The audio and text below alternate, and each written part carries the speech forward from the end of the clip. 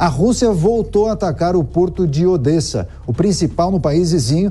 E sobre esse cenário nós vamos conversar a partir de agora com o Leonardo Trevisan, professor de Relações Internacionais da PUC e também da SPM, a quem eu agradeço demais pela participação. Seja muito bem-vindo, professor. Boa noite a todos que nos escutam, Daniel. Perfeito. Professor, para começar, gostaria de uma breve avaliação em relação a esse acordo importante, firmado, muito comemorado por vários países, e se isso pode, de alguma maneira, ser um indicativo que nós caminhamos para flexibilizações, concessões neste conflito que irá completar 5 meses. Mas eu também gostaria que o senhor falasse sobre esse ataque ao porto de Odessa.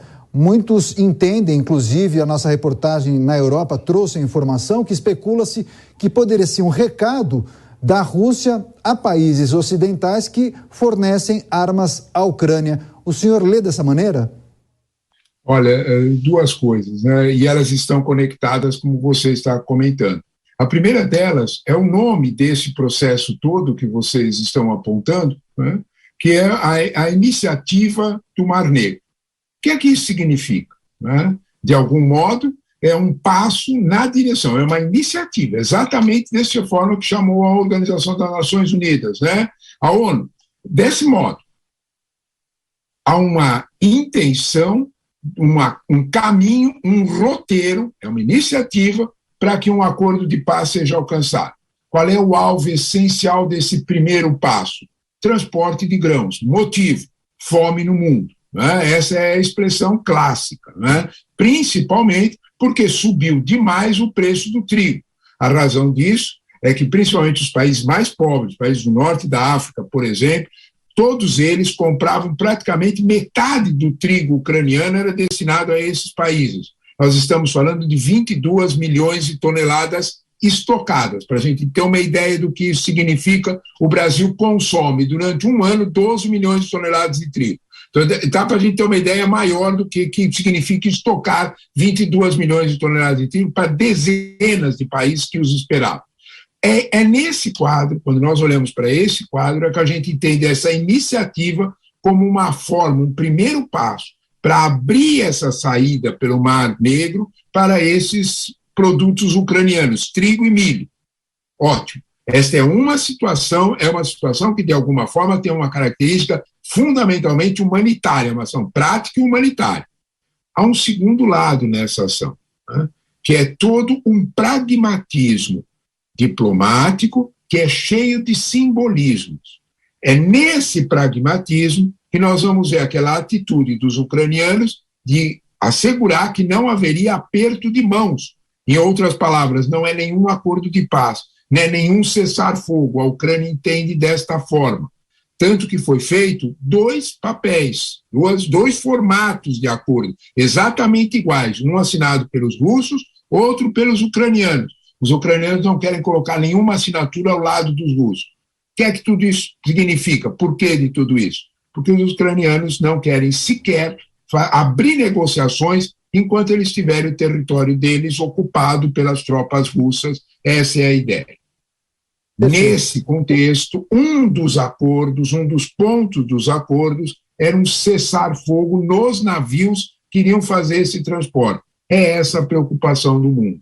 Um bombardeio no porto de Odessa já é um sinal de que, porventura, esse acordo não será integralmente cumprido, se ou porque as tropas russas sentirem que há uma possibilidade de que armamentos entrem ou que, de alguma forma, os ucranianos burlem a forma do acordo. Os dois lados, na guerra não tem santos, nos dois lados estão, de alguma forma, tentando usar o acordo para mandar mensagens. Está aí a carga simbólica de que nós estávamos falando. Professor Leonardo Trevisan, especialista em relações internacionais. Agora seguimos com a pergunta da analista do Grupo Jovem Pan, Fabiana Barroso. Muito boa noite, professor. Prazer recebê-lo aqui. Eu gostaria de perguntar ao senhor o seguinte: a gente viu que esse acordo foi formalizado em Istambul e a gente sabe do relacionamento. Eu sempre, quando olhava para esse conflito, eu pensava realmente na Turquia como um dos países a fazer mediação diplomática. O que significa, então, o rompimento de uma das partes já nesse começo? É uma sinalização clara ao Erdogan ou realmente não tem algum significado em relação à Turquia? Olha, a Turquia é um país muito sensível, você tem toda a razão de lembrar da Turquia, né? A Turquia, primeiro de tudo, não é qualquer país escolhido para ser o país que aproxima as partes, o país negociador. A Turquia, como todos sabem, é um aliado russo. A Turquia fez, por exemplo, um papel assim, muito importante para a Rússia de impedir que a Suécia e a Finlândia entrassem imediatamente na OTAN, só para lembrar um papel. A Turquia tem várias aproximações, inclusive de compra de equipamentos militares sofisticados russos, que a Turquia tem, nenhum outro país tem. Então a Turquia é um amigo seguro dos russos. Esse fato é um fato importante porque ele passa, junto com a ONU, a ser o fiador do acordo. É nessa condição que a Turquia se preocupou com a possibilidade desse bombardeio. É preciso ter muita cautela quando nós falamos desse bombardeio, porque nós temos duas explicações diferentes. O ministro da Defesa turco entrou em contato imediato com o Kremlin, com o Ministério da Defesa russo, cobrando uma iniciativa. E a resposta que recebeu foi: nós não temos nada a ver com isso. Toda a imprensa internacional registrou isso. O que é que isso significa? Que talvez, efetivamente, forças que não estão a favor do acordo dentro da Ucrânia tenham usado esse bombardeio para danificar o acordo. Isso é muito possível, isso acontece em todos os processos de paz.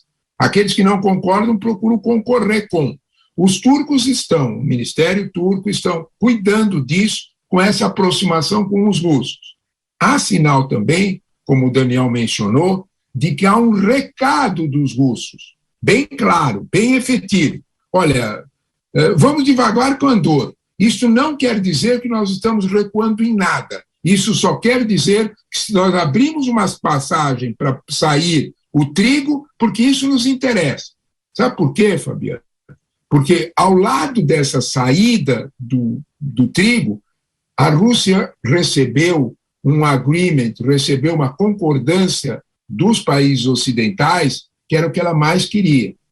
Todas as empresas de transporte e de seguro que fizerem transportes de produtos russos, incluindo fertilizantes, não sofrerão as sanções internacionais. Em outras palavras, os russos estão garantindo que vão participar do comércio internacional sem as sanções.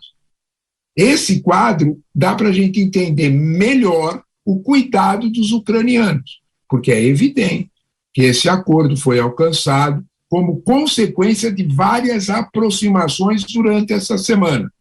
Lembre-se que eles passaram a devolver o gás que eles tinham cortado, eles, os russos, tinham cortado dos europeus. Motivo: receberam de volta a turbina que eles tinham deixado no Canadá e que estava presa com as sanções. É um jogo interessante, é um jogo pesado, mas é que de alguma forma sinaliza, como o Daniel estava comentando, que há um passo na direção de algum tipo de negociação. Não se pode nem pensar em cessar fogo, mas alguma negociação está sendo feita. Agora, professor, como o senhor tem visto a postura do Brasil em relação ao conflito, já que o senhor mencionou sanções? A gente lembra que Jair Bolsonaro teve uma conversa por telefone no início da semana com Volodymyr Zelensky. Agora, no final desta mesma semana, Jair Bolsonaro reforçou que o Brasil não irá aderir às sanções contra a Rússia. Trouxemos isso, inclusive, nessa edição do jornal Jovem Pan. E ele falou que o relacionamento do Brasil com Vladimir Putin está, abre aspas, nota 10. Ele disse também, o presidente da República, que se nós não mantivéssemos essa relação com a Rússia, o agronegócio não estaria sendo abastecido com os fertilizantes. Eu gostaria de dar avaliação do senhor em relação a esse cenário da relação do Brasil com a Rússia e também com o conflito, especialmente. Olha, Daniel, você falou a palavrinha mágica que está motivando tudo isso aí, né? Toda essa aproximação do presidente Bolsonaro, a aproximação do Brasil num conflito que está a 12 mil quilômetros de distância daqui, não é outra além desta palavra mágica, agronegócio, né? Agronegócio, todos nós sabemos, é responsável por mais da metade das exportações brasileiras, né? É responsável por uma infinidade de empregos no Brasil. Então, quando nós olhamos para esse quadro, nós estamos observando a preocupação do Itamaraty, do próprio Ministério da Fazenda, porque agronegócio quer dizer inflação, né? A gente não podemos esquecer esse detalhe, né? Agronegócio quer dizer preço do produto da comida, né? Então, quando nós olhamos para essa situação, nós entendemos a preocupação do Brasil, primeiro no telefonema com Zelensky, que foi no momento em que, de alguma forma, o Brasil iria sinalizar que se o trigo vai voltar, para nós é um bom negócio, porque o trigo ucraniano voltando ao mercado, imediatamente o preço do trigo cai no mundo inteiro, o que é muito importante para nós também. Nós compramos trigo de fora, né? Então, esse fato é importante, esse contato. Mas o mais importante contato é, de alguma forma, manter proximidade com o nosso maior fornecedor de fertilizantes. É mais de 30% dos fertilizantes, em alguns produtos, por exemplo, potássio, quase 50% dos fertilizantes, que tem vindo da Rússia. É neste quadro que o Itamaraty, o próprio Ministério da Fazenda, o próprio presidente, tomam muita cautela de não fazer nenhum tipo de inimigo, né? Porque não é interesse de modo nenhum para a economia brasileira num quadro tão sensível como o desse ano. 5 meses de guerra na Ucrânia, em destaque com o professor Leonardo Trevisan, de Relações Internacionais. Ele leciona na PUC e também na SPM. Agradeço demais pela participação. Volte mais vezes à Jovem Pan News, professor. Muito obrigado a vocês pelo convite e pela atenção. Muito agradável as perguntas. Obrigado. Muito obrigado.